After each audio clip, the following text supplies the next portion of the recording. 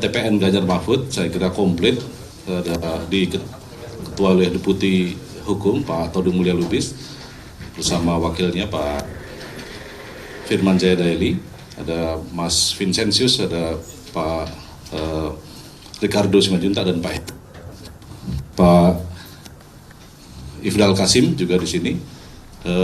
Ada juga Deputi Kanal Media Pak Karania dan Pak Arya Bima. Ini komplit, jadi silakan dimulai dahulu dari Pak Todung, saya kira. Silakan Pak. Oke, mohon maaf. Mohon maaf teman-teman sekalian, gak menunggu. Kami sedikit ada diskusi internal ya mengenai hal ini, karena ini sangat serius, sangat penting, dan kami sudah bisa ya menyampaikan apa yang kami harus sampaikan kepada teman-teman sekalian. Nah, ini konferensi pers mengenai Sirekap. Nah, Sirekap ini kalau kita melihat pemberitaan di media, apalagi di media sosial, itu banyak sekali yang mengindikasikan kecurangan-kecurangan yang menggerus integritas pemilihan umum itu sendiri. Nah, kalau ini dibiarkan, ini akan semakin merusak integritas pemilu itu. Nah, kita melihat dalam media sosial, dalam media, ya, salah satunya adalah penggunaan Sirekap yang cenderung menguntungkan paslon nomor 2 dan merugikan paslon nomor 3. Ya. Ini yang paling banyak kita temukan dalam pemberitaan-pemberitaan, terutama di media sosial, disertai dengan video yang kita bisa saksikan. Dan kami berpendapat bahwa hal ini sangat tidak sehat dan sangat tidak fair dan mengancam ya, pemilu dan pilpres yang jujur dan. Nah, saudara-saudara, saya punya banyak pasukan yang lengkap di sini yang bisa menjelaskan lebih teknis, lebih detail kalau diperlukan nantinya. Tapi kami sangat concern dan sangat prihatin mengenai hal ini karena kami berasumsi kita melakukan kontestasi politik dengan fair, dengan jujur, dengan adil. Ya. Nah, dalam konteks ini, saudara-saudara sekalian, ya, ini catatan saya agak hilang. Kami sudah melaporkan ini baik ke KPU dan Bawaslu. Kami minta kepada Bawaslu untuk melakukan investigasi terhadap hal ini, supaya kita tidak dicurangi, supaya publik ya juga tidak dicurangi. Dan Bawaslu sebagai lembaga yang fungsinya melakukan pengawasan punya kewajiban untuk melakukan investigasi itu, memeriksa Sirekap itu dan membuat keputusan apakah telah terjadi pelanggaran atau kecurangan ya dalam pemakaian Sirekap ini. Nah, ini poin-poin yang saya ingin tekankan ya, sebagai satu hal yang sangat serius yang mengancam ya integritas pemilu itu. Walaupun kami tahu bahwa yang mengikat, yang official dalam perhitungan suara pemilihan umum, pemilihan presiden itu adalah perhitungan manual yang dilakukan oleh KPU yang akan makan waktu. Paling lambat tanggal 20 Maret itu akan diumumkan. Kalau menurut jadwalnya, bisa jadi lebih cepat. Ya. Nah, jadi Sirekap ini tidak mengikat tentunya, tapi yang paling penting adalah perhitungan manual itu. Nah, kita berharap teman-teman media ikut mengawal proses ini, teman-teman media ikut menjaga proses ini, karena ini untuk kebaikan kita sebagai bangsa, ya, sebagai negara yang dikenal demokratis selama ini. Nah, mungkin ini pembuka dari saya. Saya silakan teman-teman yang lain kalau ada yang ingin menambahkan.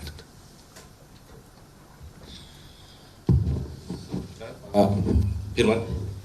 Kami meneruskan yang disampaikan oleh Bang Todung. keseriusan TPN untuk mengingatkan KPU sekaligus Bawaslu, kami udah mulai sejak awal. Tanggal 12 Februari 2024, jadi 2 hari sebelum hari pemungutan suara dan penghitungan suara, bahwa ada kejanggalan yang serius dengan Sirekap ini. Dan Sirekap ini itu menunjukkan ada pelanggaran sistematis, terstruktur, dan masif. Contohnya kami ulangi kembali ya. Waktu simulasi itu, kalau simulasi secara konvensional, 01 dapat 93, kemudian ya 02 juga 93, kemudian 03 93. Tapi di Sirekap 01 tetap 93, kemudian 02 97, kemudian 03 turun bahkan menjadi 92. Ini salah satu contoh Sirekap yang manipulatif terhadap hasil yang sesungguhnya. Nah, terbukti pada hari pemungutan suara, Sirekap ini melakukan 3 hal. Yang pertama adalah ada bahkan yang belum diinput dari hasil TPS yang hasil itu bahkan sudah nampak di Sirekap. Artinya mesinnya sudah berjalan sedemikian rupa, sudah terencana. Angka berapa, untuk siapa, dengan cara apa. Yang kedua, yaitu melebihi anggota daftar pemilih tetap. Rata-rata itu kan DPT 300. Ini ada yang 800, ada yang 700. Kami udah catat di sini sampai ratusan contoh-contoh ya, dan kita rumuskan.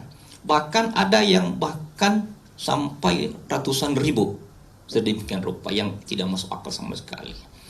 Nah, yang ketiga yaitu ada juga memang di bawah 300, tapi kecenderungannya secara serius itu menambah menguntungkan 02.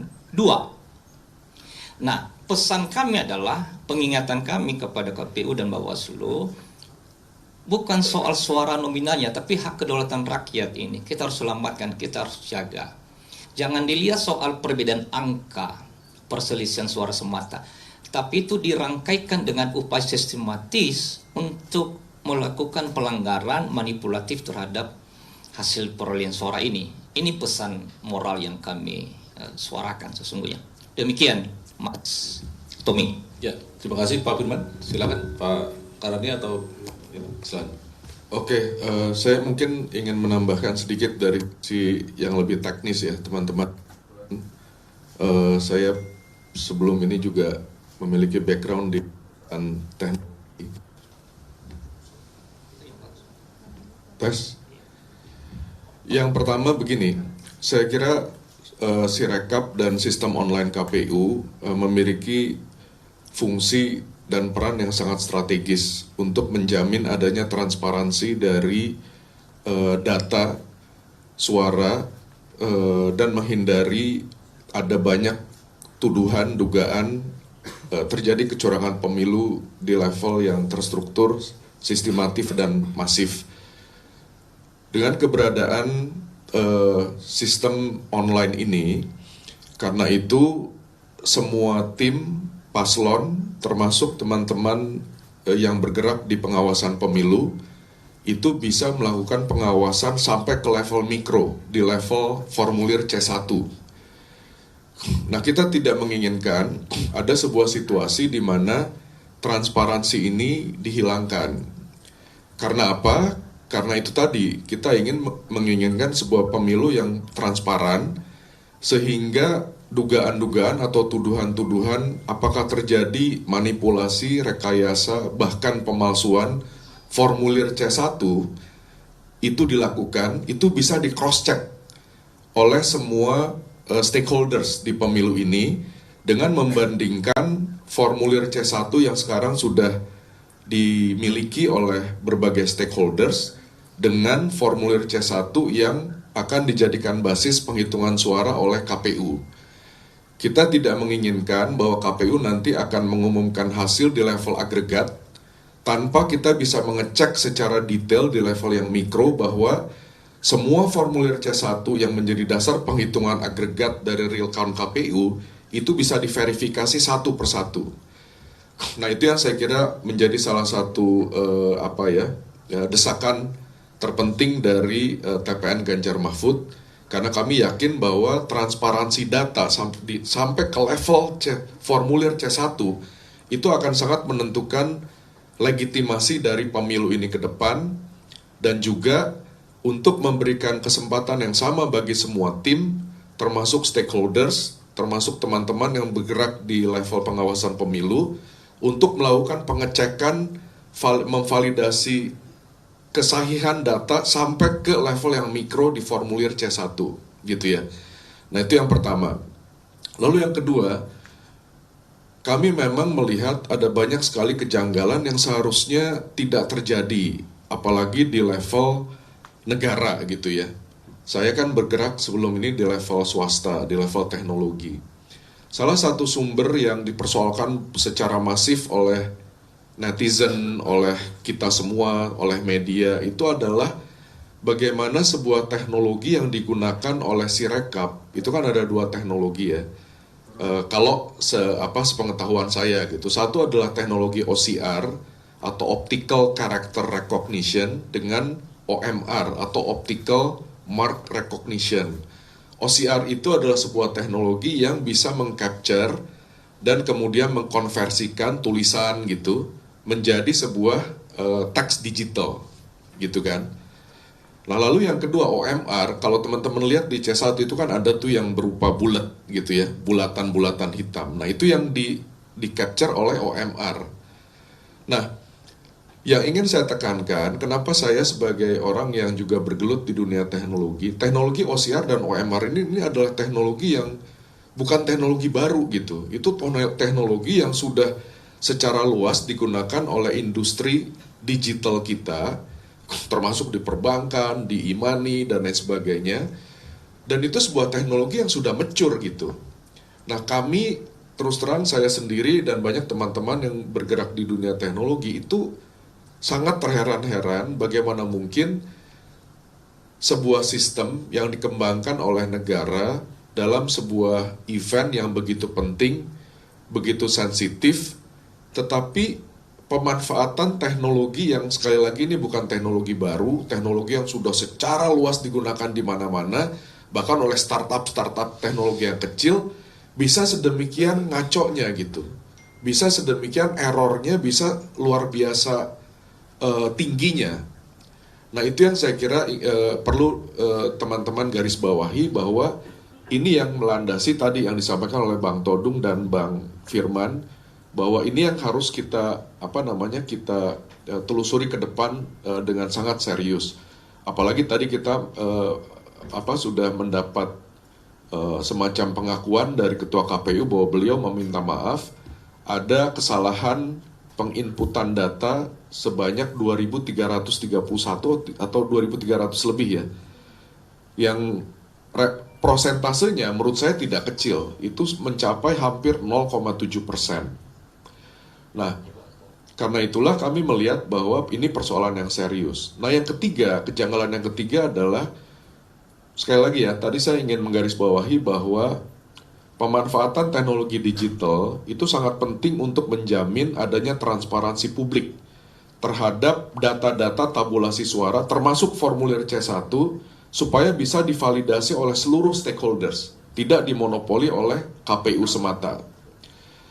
Nah, kami terheran-heran juga kenapa kok bisa website KPU kemarin di hari pencoblosan, dengan segala alasannya gitu, bisa down seharian.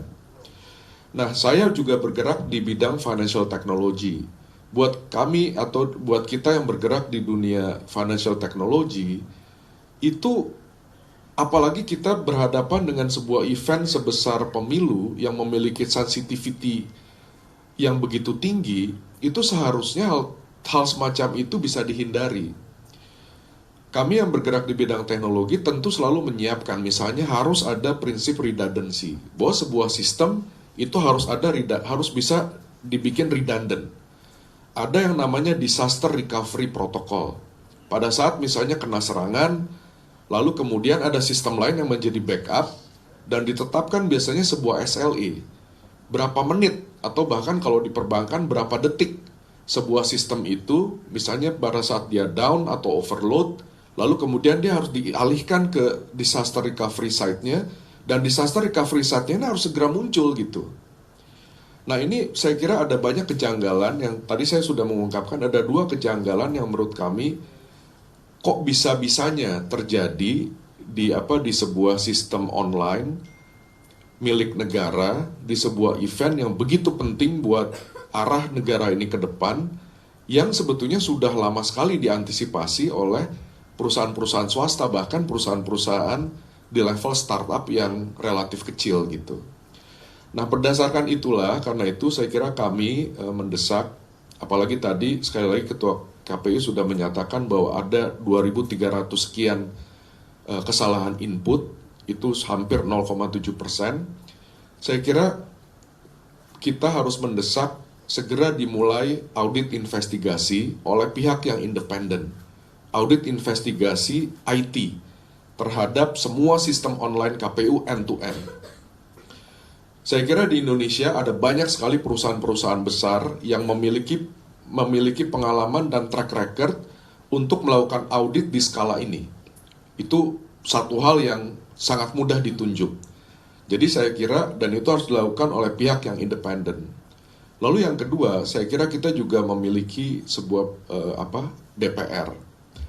Nah, saya kira DPR khususnya komisi yang berkepentingan atau bertanggung jawab terhadap area ini, saya kira juga sudah seyogyanya kami menghimbau untuk segera menjalankan fungsi pengawasannya, untuk memanggil KPU untuk mengurai semua persoalan-persoalan, semua bukti-bukti, semua kejanggalan-kejanggalan yang kita saksikan beredar secara luas di media sosial dan mainstream media dalam 3 hari ini gitu. Nah itu sekali lagi, kalau dari saya, kami mendesak agar transparansi publik terhadap data tabulasi suara sampai ke level C1 itu harus dijamin validitasnya oleh KPU, dan karena itu harus bisa diperiksa oleh semua stakeholders, apakah itu dari paslon, dari teman-teman yang bergerak di bidang pengawasan pemilu, media,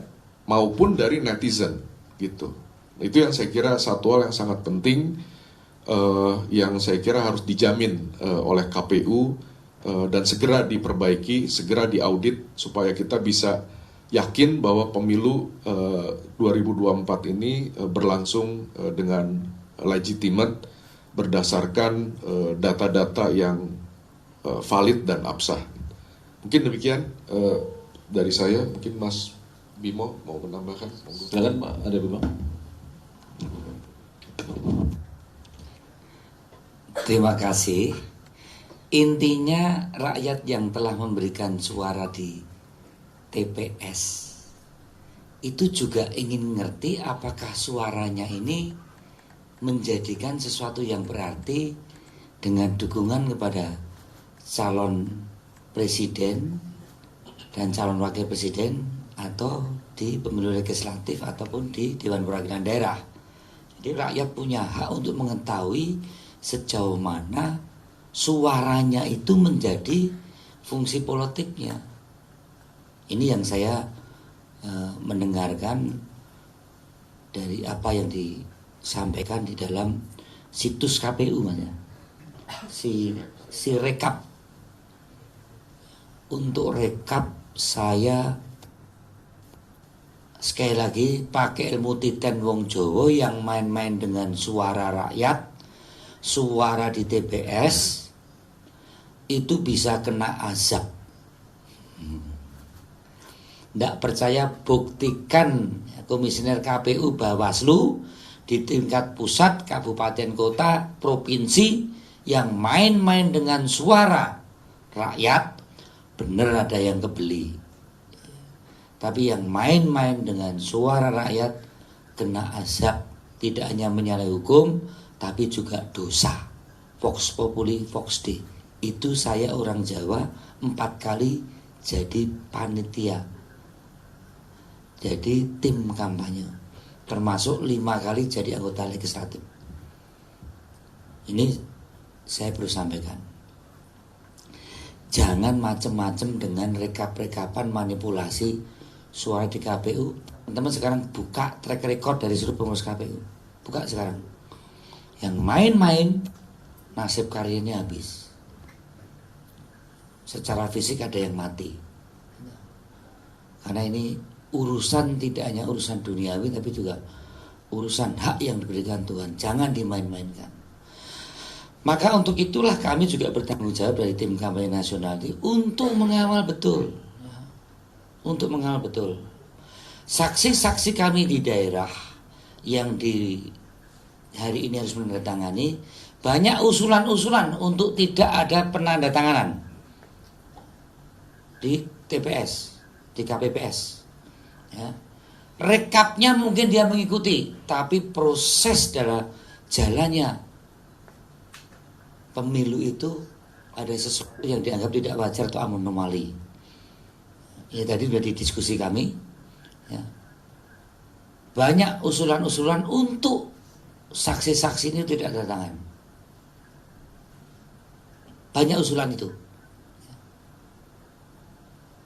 Bagi yang tanda tangan pun hanya mau itu sebagai satu penandatanganan tabulasi rekap suara. Tapi bukan berarti menghilangkan berbagai kecurangan-kecurangan H-1 ya, pada saat sebelum ada kejadian di TPS. Setelah mereka menandatangani hasil penghitungan di KPPS, rekapnya pun dikacaukan, kan kacau lagi nih. Ya. Kita terlalu asyikkan dengan quick count, tapi penghitungan rekap di KPU jadi kacau. Jadi ini yang ada dua persepsi. Apakah perlu ditampilkan seperti quick count itu rekapnya, ya kan? Atau dihentikan dulu supaya tidak mengacaukan situasi penghitungan secara bertahap. Tapi selalu muncul saja di media sosial tentang berbagai kecurangan yang ada. Ini yang perlu saya sampaikan untuk hal-hal yang terkait dengan rekap manual penghitungan berjenjang saat ini. Saksi-saksi banyak usulan untuk tidak mendatangani karena banyak kecurangan-kecurangan yang ada tidak dalam proses penghitungan di penghitungan suara TPS, tapi proses hal-hal yang menyangkut anomali-anomali terjadi berbagai cara untuk melakukan berbagai kecurangan. Ada wilayah tersendiri kami merekap berbagai kecurangan yang terstruktur sistematif masif sendiri. Untuk rekap kita berharap KPU harus menindaklanjuti berbagai kecerobohannya. Kalau ada berapa ribu? 2.300, saya kira apakah cukup dengan permohonan maaf? Itu pernyataan permohonan maaf. Perlu ditindaklanjuti sikapnya harus seperti apa? Itu yang perlu kami sampaikan sebagai tambahan, bahwa sampai hari ini kita terus mengikuti berbagai jenjang perhitungan mengenai hal-hal yang terkait dengan si rekap ini. Terus kita harapkan akan menjadi instrumen yang tentukan dari berbagai kelompok nantinya. Jangan seperti sekarang saya membutuhkan rekap suara pemilu di tahun 2009. Nggak ada. Coba sekarang dibuka situs tahun 2009, rekap suara kan nggak ada. sebesar negara Indonesia, apakah ini akan ada kejadian 2019 sekarang 2023, 2014 kok, 2019 ada kok, tiba-tiba di 2024 kita tidak akan mendapatkan dokumen pemilu dari TPS per TPS di sistem rekap KPU. Jangan seperti tahun dan kacau akhirnya ditutup. Dah. Apakah akan seperti itu? Tentu ada motif kenapa dikacaukan. Itu yang bisa kami sampaikan. Terima kasih. Terima kasih Pak Arya Bima. Saya kira mau nambahkan Mas Vincent, silakan. Ya baik, kami tambahkan beberapa hal. Yang pertama, kalau seandainya Bawaslu merespon pengaduan kami di tanggal 12 Februari 2024, 2 hari sebelum pencoblosan, maka seharusnya tidak terjadi gonjang-ganjing berkaitan dengan Sirekap.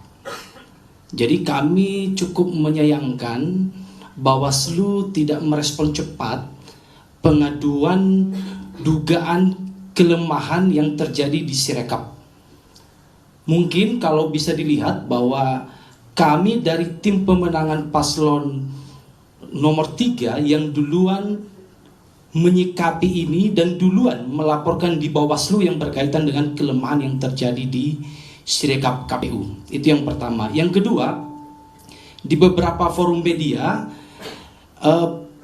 tim pemenangan 02 selalu menjelaskan berkaitan dengan kelemahan ini bahwa terjadinya penambahan suara menurut mereka itu diakibatkan karena penulisan di formulir C hasil.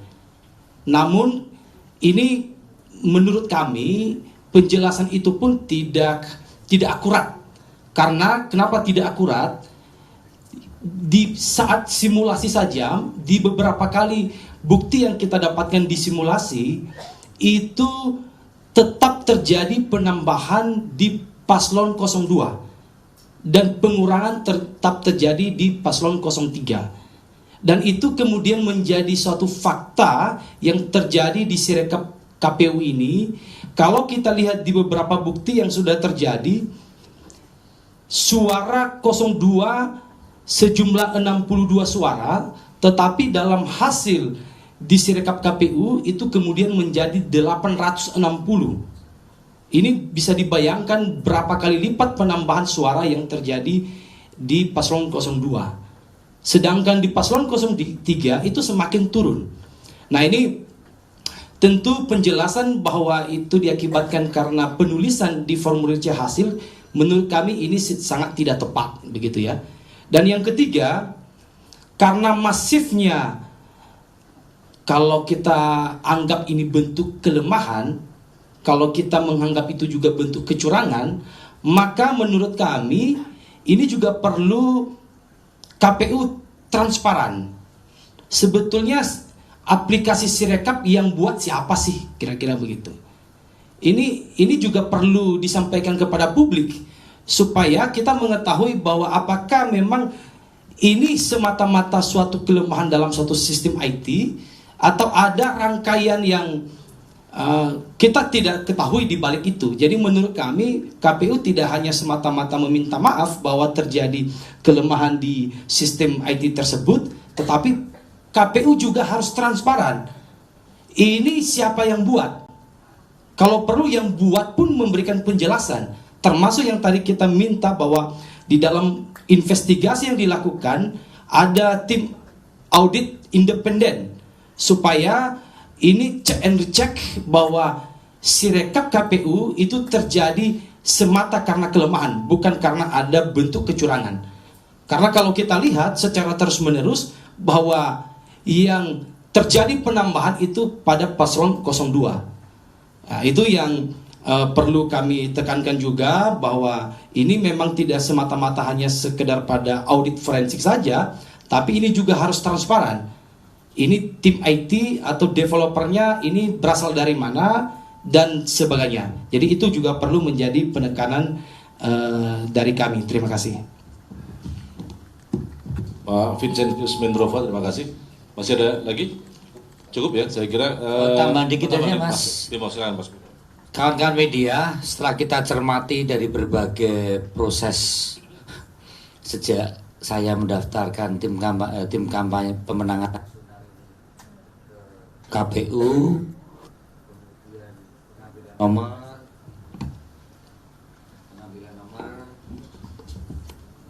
pengambilan nomor, kemudian ada kampanye damai, kemudian kita juga menyiapkan visi misi, kemudian kampanye sosialisasi, kampanye terbuka, menyiapkan berbagai orkestrasi kemerian kampanye untuk mendapatkan legitimasi dukungan para pemilih, dan kami sangat yakin pasangan kami adalah pasangan yang paling tepat untuk memimpin Indonesia.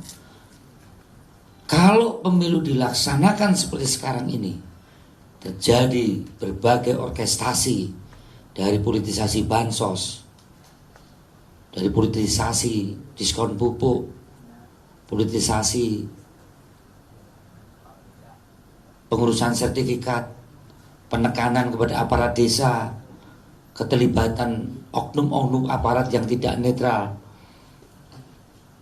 kemudian belum manipulatif, belum manipulasi perolehan suara.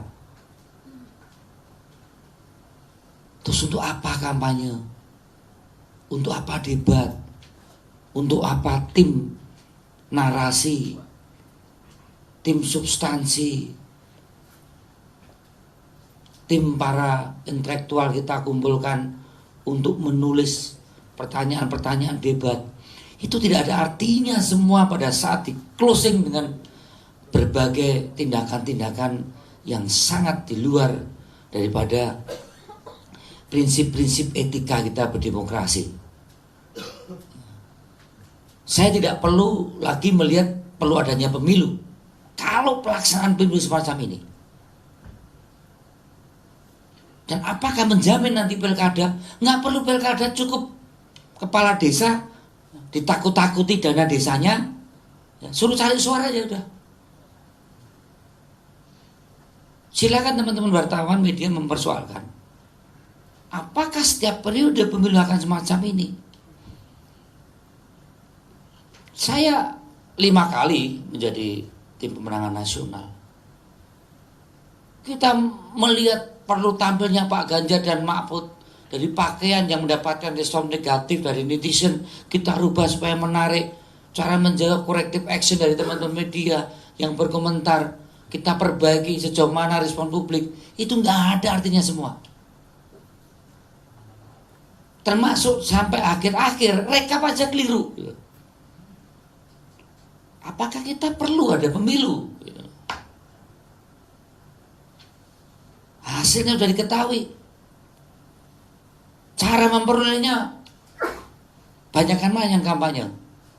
Jadi saya melihat kalau situasi kondisi objektif selama kita berpemilu dengan seluruh tahapannya itu penuh manipulatif dan penuh keterlibatan berbagai oknum aparat, saya berharap tidak ada lagi pemilu. Tidak perlu ada yang namanya pemilihan kepala daerah, baik itu bupati dan gubernur bulan September. Sederhana, ancam saja itu kepala desa, ya, oleh oknum aparat, ya. Kemudian suruh cari suara, lebih manjur tambahi uang aja. Selesai itu bupatinya siapa yang kita hendaki. Nggak ada visi misi, nggak ada kampanye debat antara kepala daerah. Tidak penting itu. Sehebat apapun kepala daerah itu berdebat, yang paling penting beli suara. Ancam itu kepala desa dengan dana desanya. Ini adalah satu proses demokrasi yang menjadi kemunduran kita. Dan pada saat seperti ini udah nggak bisa apa-apa lagi. Semua udah bicara soal penyusunan kabinet. Bahkan media pun sudah terjerumus untuk bicara perlu koalisi atau oposisi. Baik proses belum selesai. Semua udah bicara oposisi atau koalisi. Kita bicara baik produk atau baik proses. Baik proses ini belum selesai. Ini yang perlu saya tekankan kembali bahwa kita ingin demokrasi ini kita kawal dengan benar, ya, supaya konsolidasi demokrasi ini terus maju menghasilkan pemimpin dengan sistem yang demokratis. Nah, saya melihat ada satu anomali-anomali yang itu membuat kita menjadi bangsa yang mundur dari aspek kita berdemokrasi. Terima kasih. Bang Ricardo, Ya, rasanya sesak melihat situasi sekarang ini. Saya pikir substansi yang sedang dibicarakan hari ini sisinya tidak kita memberitakan kepada rekan media, tapi saya percaya bahwa rekan media mengetahui betul keadaan sekarang. Ya, dari tidak hanya sekedar proses penggelembungan, tapi juga ketidakmandirian di lapangan. Saya pikir berita itu setiap hari dalam beberapa hari ini terus berada di alam informasi. Jadi memang kalau kita hubungkan peristiwa yang sangat belatan ini dengan target satu putaran, sampai di mana ini urusan koneksinya, sehingga yang kita tekankan itu adalah segera lakukan investigasi secara keseluruhan untuk bisa melihat pemilu apa yang sedang kita lakukan sekarang ini. Karena kembali, kalau kemenangan haruslah kemenangan yang diberikan rakyat, supaya kita bisa melihat masa depan yang lebih baik. Saya pikir itu. Ya. baik, terima kasih. Rekan-rekan media, ada yang ingin ditanyakan 1, 2, 3, saya kira kita batasi dulu ya, 3 ya, 1, 2, dan 3. Terima kasih. Silakan ringkas saja. Terima kasih Mas. Tapi ini agak panjang sebenarnya, gak apa-apa ya. Ada 4 pertanyaan sebenarnya Mas, mohon izin. Sebelumnya saya Nanda Aprilia dari Kompas TV. Pertanyaan pertama saya sebenarnya saya mau tujukan untuk Mas Kara, karena tadi Mas Kara yang menyampaikan terkait dengan website KPU yang error di hari pencoblosan. Nah, kalau dari Mas Kara sendiri melihat apakah itu menjadi celah indikasi kecurangan terjadi pada saat itu. Nah, untuk pertanyaan kedua, ini bebas saja sebenarnya siapa yang akan menjawab dari TPN. Ini terkait dengan kemarin-kemarin terkait dugaan kecurangan pemilu ini, kan disampaikan bahwa TPN sendiri menerima banyak laporan. Nah, mungkin bisa dipaparkan sebenarnya laporan-laporan apa saja yang sudah masuk, karena kalau yang kami dengarkan adalah berupa video seperti itu. Nah, mungkin bisa dikasih sedikit contohnya laporan apa saja dan mungkin daerah mana saja yang sudah melaporkan hal itu.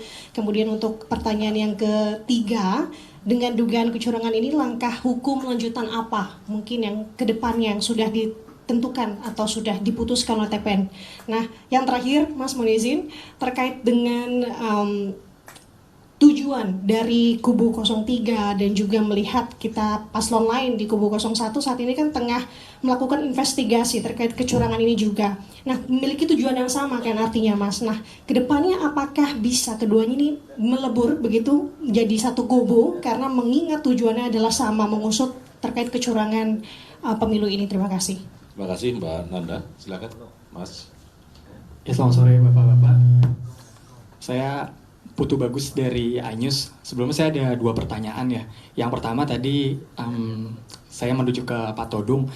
Saya mau tanya kan sebenarnya Presiden Jokowi ini sudah mengatakan ya jika ada bukti kecurangan dan juga ada kesalahan itu segera dibawa ke Mahkamah Konstitusi dan juga Bawaslu. Dan tadi juga Pak Todung sempat mengatakan bahwa TPN sudah melapor ke Bawaslu ya pada tanggal 12 Februari. Nah, ini tindakan dari Bawaslu lebih lanjutnya seperti apa dan apakah TPN ini sudah sudah mendapatkan kejelasan soal ini. Dan untuk pertanyaan yang kedua ini untuk siapa saja dari pihak TPN, saya mau nanya ini kan survei PDIP itu tertinggi ya di di partainya, dan Pak Ganjar ini terendah di quick account. Nah, Pak Ganjar juga sebut ini ada anomali ya, dan apakah survei saya segitu kan juga sempat ada statement dari Pak Ganjar seperti itu. Nah, ini kan tadi juga sempat ada statement soal pengauditan. Nah, ini ada rekomendasi kah dari TPN siapa yang harus independen dan harus siapa yang mengambil tindakan soal ini? Itu aja, terima kasih. Terima kasih Mas Putu Bagus. Satu lagi, Mas belakang silakan.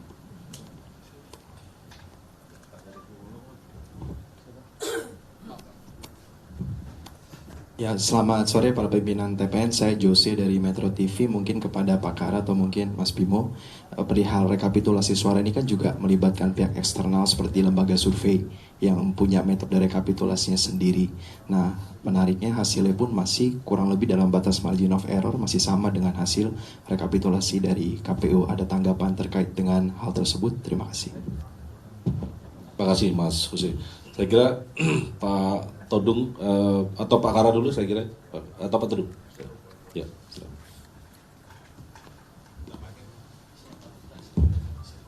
Oke, terima kasih untuk pertanyaannya teman-teman sekalian. Saya tadi bicara sangat pendek sebetulnya, tapi kan sudah dilengkapi oleh teman-teman yang lain. Ya.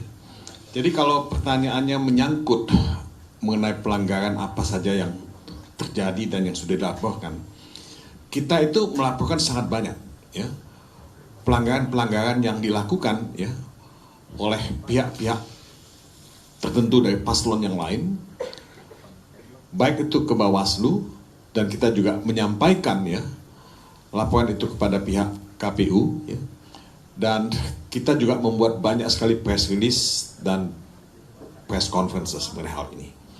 Nah, sebetulnya sih apa yang ditulis di media itu sudah kita ketahui semuanya. Apakah soal politisasi bansos yang kita saksikan di mana-mana? Apakah intervensi kekuasaan, misalnya mengarahkan kepala desa untuk mengarahkan penduduknya memilih paslon tertentu? Ya. Apakah mengenai pencabutan baliho di berbanyak tempat?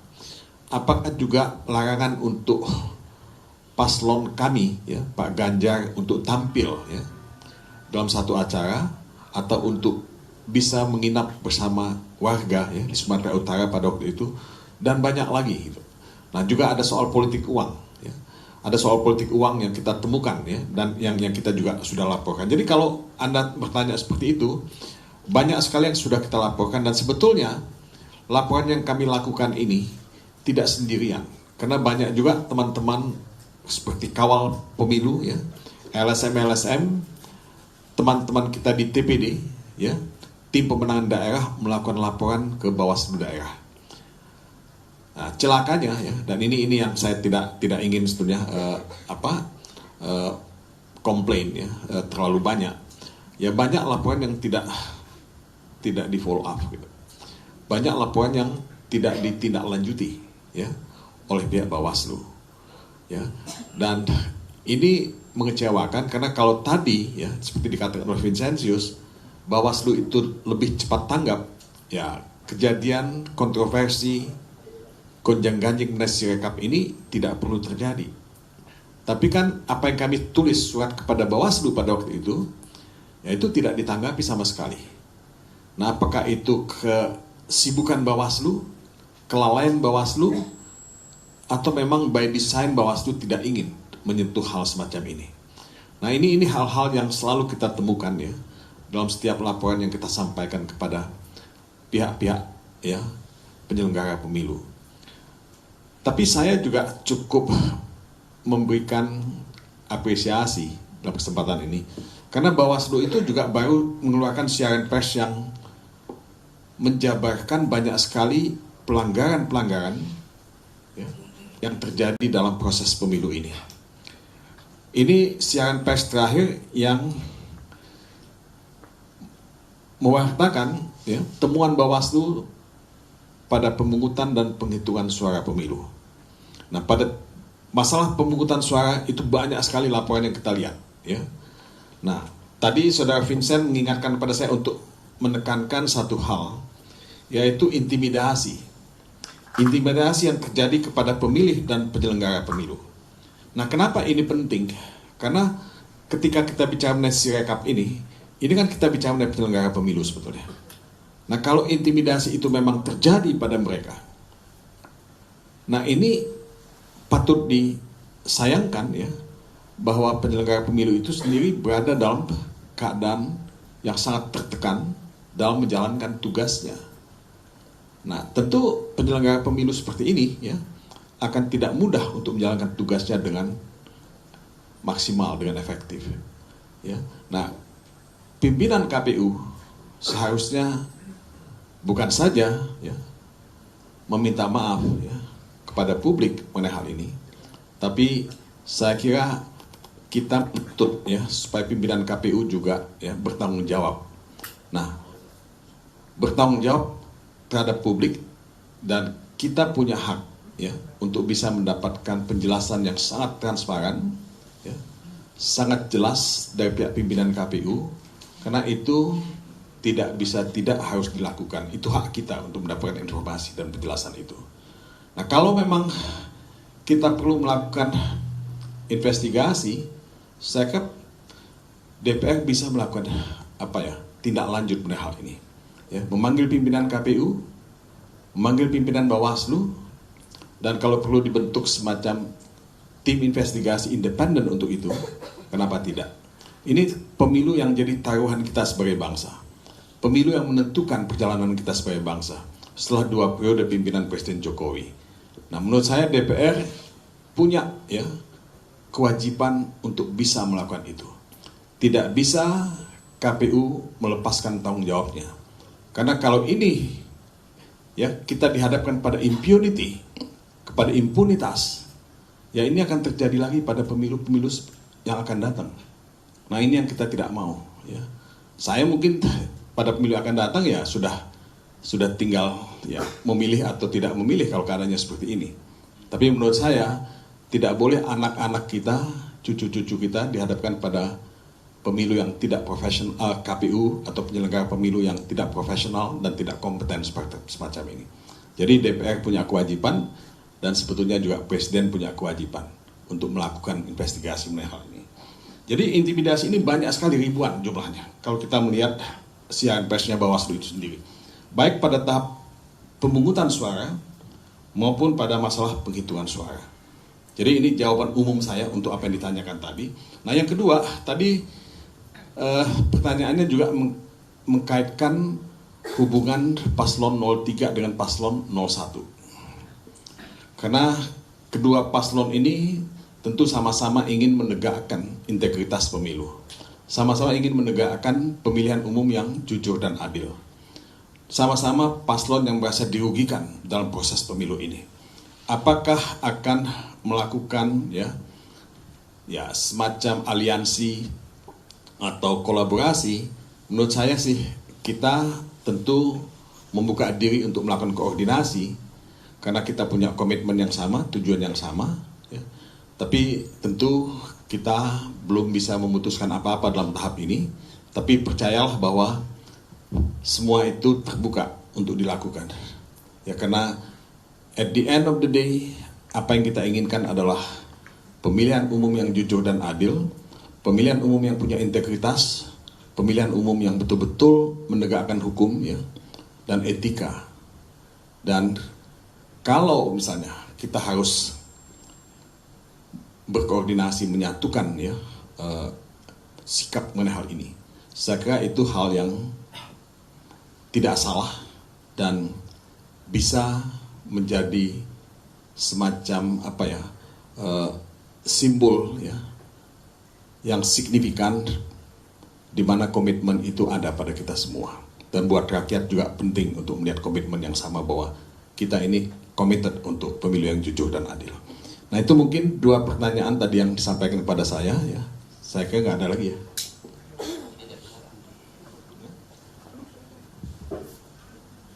Oh, laku.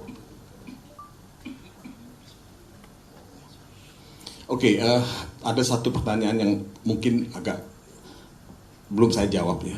Apa langkah hukum berikutnya akan kita lakukan ya menghadapi? Tentu kita akan menempuh semua upaya hukum yang ada. Selain laporan kita kepada Bawaslu, mungkin juga kepada pihak kepolisian dalam hal ada tindak pidana, tapi dalam hal sengketa pilpres, ya, saya kira pilihan kita, dan ini pilihan yang konstitusional, adalah mengikuti jalan konstitusional. Nah, jalan konstitusional itu adalah mengajukan ya permohonan penyelesaian sengketa pilpres PHPU itu ke Mahkamah Konstitusi. Tapi ini masih terlalu dini untuk kita ungkapkan. Tapi kalau kita dihadapkan pada situasi itu, memang itu jalan yang akan kita tempuh. Ya. Kita ingin membangun sistem pemilu yang betul-betul bersih, transparan, jujur, adil, dan ya bertanggung jawab. Ya. Bertanggung jawab kepada publik. Dan satu-satunya jalan adalah kita harus pergi ke Mahkamah Konstitusi, dan kita berharap Mahkamah Konstitusi bisa menjadi penjaga konstitusi, guardian of the constitution, yang betul-betul menjalankan fungsinya. Ya. Nah ini banyak pertanyaan semacam ini, apalagi kemarin katanya ada putusan PT UN mengenai Anwar Usman. Padahal itu belum putusan sebetulnya. Itu masih ya tahap awal dari proses di PT UN. Ya. Saya kira Anwar Usman tidak punya hak untuk ikut menyelesaikan sengketa Pilpres karena sudah ada putusan MK pada waktu itu. Ya, karena di situ akan ada benturan kepentingan ya pada Anwar Usman untuk ikut sebagai anggota majelis hakim di MK. Ya itu sederhana aja. Tapi menurut saya itu very clear dan sangat prinsipil ya. Tidak mungkin dia menjadi anggota majelis MK untuk menyelesaikan sengketa Pilpres. Terima kasih. Terima kasih. Pak Karan, ini ada beberapa pertanyaan untuk Pak Karan. Ya mungkin tadi dari siapa, Metro ya? Kompas. Yang Kompas. Metro. Ya, dari Nanda dulu deh. Yang jawab biar Barack Obama nih. Saya kutipin ya. There is no such thing as a vote that doesn't matter. Nah itu jawabannya tuh Nanda. Nah kalau dari Kompas ya kan. Ini apakah kecurangan apa bukan gitu. Nah makanya menurut saya tadi Bang Todung dan yang lain juga sudah menegaskan. Saya kira kita kan tentu tidak ingin berburuk sangka. Cuma memang ini kan sudah memunculkan keresahan publik yang luar biasa ya. Kita lihat setiap hari, bahkan setiap menit di medsos nggak berhenti-berhenti tuh. Masyarakat resah mempersoalkan ada begitu banyak kejanggalan di pemilu ini. Yang salah satunya adalah dipicu oleh kekacauan sistem digital atau kekacauan sistem online di KPU sekarang. Nah karena itu bagaimana sebagai bentuk akuntabilitas publik yang ada di KPU, nah saya kira itu tadi tersedia sebuah skema yang ini skema yang sangat common, yang sangat wajar, sangat biasa dilakukan di industri digital, ya diaudit gitu. Itu biasa banget. Bahkan banyak perusahaan digital itu diwajibkan untuk memiliki ISO 27001. Itu standar protokol untuk menjamin keamanan, perlindungan data, dan lain sebagainya gitu. Nah, semua diaudit aja gitu kan, supaya kita lihat bahwa ini bagaimana, ini apakah memang ada kesengajaan, atau kelalaian, atau ketidakcakapan, atau jangan-jangan misalnya ada korupsi gitu. Nah itu kan saya kira harus dibuktikan dan proses yang tadi saya sampaikan, satu, auditor teknologi ada banyak sekali di Jakarta ini dan mereka punya pengalaman panjang, perusahaan besar yang biasa melakukan audit investigasi bahkan di skala yang jauh lebih besar dari sekedar mengaudit situs KPU maupun Sirekap. Itu satu. Kemudian kedua, tadi juga disuarakan di DPR saya kira juga harus mulai bergerak ya kan, memanggil KPU dan jika perlu tadi Bang Todung menyampaikan membentuk sebuah komisi investigasi misalnya untuk menyelidiki dari end to end dan semua stakeholders harus dipanggil gitu untuk membuktikan kenapa seperti yang tadi saya sampaikan di muka. Saya tadi mengambil contoh ada dua hal yang buat kami yang bergerak di perusahaan teknologi itu satu hal yang sangat biasa. Teknologi OCR, teknologi OMR itu teknologi yang sudah lama widely utilized gitu sehari-hari, bukan hanya oleh bank-bank besar, bahkan oleh perusahaan-perusahaan startup teknologi yang skalanya relatif kecil. Dan setahu saya tingkat errornya tidak separah ini. Kok bisa sebuah situs, sekali lagi ya, dimiliki oleh negara, katanya anggarannya besar sekali, lalu kemudian berkaitan dengan sebuah event yang begitu sensitif, tapi memiliki tingkat error yang luar biasa mengkhawatirkan. Kalau mengutip dari ketua KPU, itu yang baru diakui kan, katanya ada 2.300 sekian, itu berarti hampir 0,7% sementara. Nah itu kan jumlah yang tinggi sekali gitu. Nah, itu yang saya kira perlu didesak sama-sama bahwa seyogyanya berbagai kejanggalan ini harus segera diaudit investigasi oleh perusahaan-perusahaan auditor teknologi yang memiliki pengalaman panjang, bahkan juga memiliki international atau global experience gitu.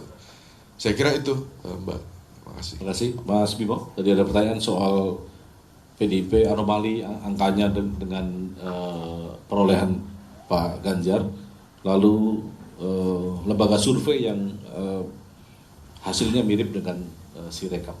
Silakan, Pak. Ya, kami memiliki saksi untuk pemilu legislatif dan kami mempunyai saksi untuk yang namanya pemilu pilpres.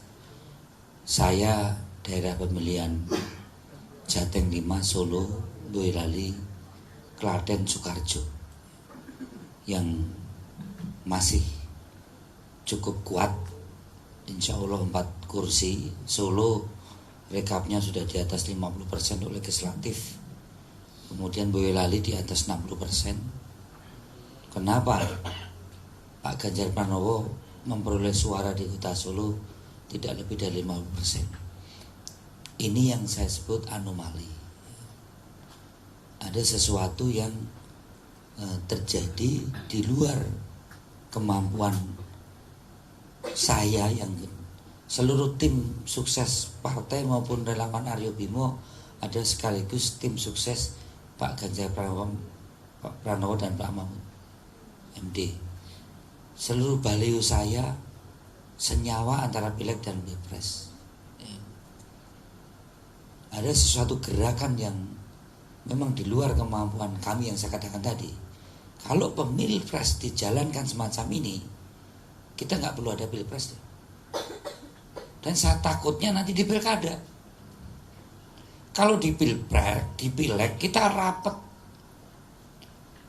Di pileg, partai baru yang mentargetkan akan lolos mendapatkan 30 kursi di parlemen nggak akan bisa bergerak, karena PDI Perjuangan, Partai Golkar, Partai Gerindra, Partai Nasdem, Partai Kebangkitan Bangsa, Partai PKS, dari tingkat pusat, tingkat provinsi, tingkat kabupaten kota, kita mengawal jam per jam, rumah ke rumah, tiap detik.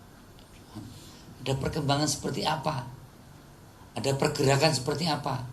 Bahkan ada 2 rumah itu nggak bisa keluar bansosnya, kita jaga, nggak bisa beredar. Kita bikin satgas money politik. Di situasi konsentrasi masih mengamati, kami melakukan pileg, terjadi manuver untuk memenangkan salah satu paslon di pilpres yang duitnya nggak tanggung-tanggung. Kita masih investigasi antara 150, 300, bahkan 400 pun ada. Ini yang betul-betul membuat sesuatu yang saya katakan tadi. Kalau semacam ini dilakukan, udah nggak ada pilkada. Nggak usah ada pemilihan wali kota, nggak usah pemilihan gubernur, nggak usah ada pemilihan pilpres 2029. Kalau masih kejadiannya seperti pemilu tahun 2024 ini, percuma tahapan pemilu yang kita lakukan. Mendingan oligarki, monarki itu ditunjuk, ada selesai. Ini mau pakai cara apapun tidak akan bisa. Mau sehebat apapun capres nggak akan bisa melawan dengan sistem kemenangan 02 ini. Nggak akan bisa. Seperti katakan tadi, di Bali saya pengaturan jadwal, semua survei di atas 70. Semua survei Bali. Bahkan saya tidak menjadwalkan Pak Ganjar, Pak Mahfud ke Bali karena saya anggap sudah aman. Tidak ada satupun kabupaten yang Pak Ganjar bisa menangkan. Kenapa? Ini justru pertanyaan-pertanyaan yang harus kita jawab. Lah untuk apa kita berkontestasi? Tapi salah satu partai yang besar mau dapat 30%, 30 kursi di parlemen nggak bisa karena tabrakan dengan partai pengusungnya sendiri. Gitu. Faktanya demikian. Akhirnya nggak dapat kursi, tetap 2,6. Karena berhadapan dengan partai pengusung sendiri dengan 02. Rapat. Hal yang sama di Pilpres. Saya kira itu kenapa terjadi anomali. Jadi ada kecurangan pada saat intimidasi di bilik suara. Ada kecurangan pada saat manipulasi rekap suara, apalagi pada saat diupload ke sistem komputasinya.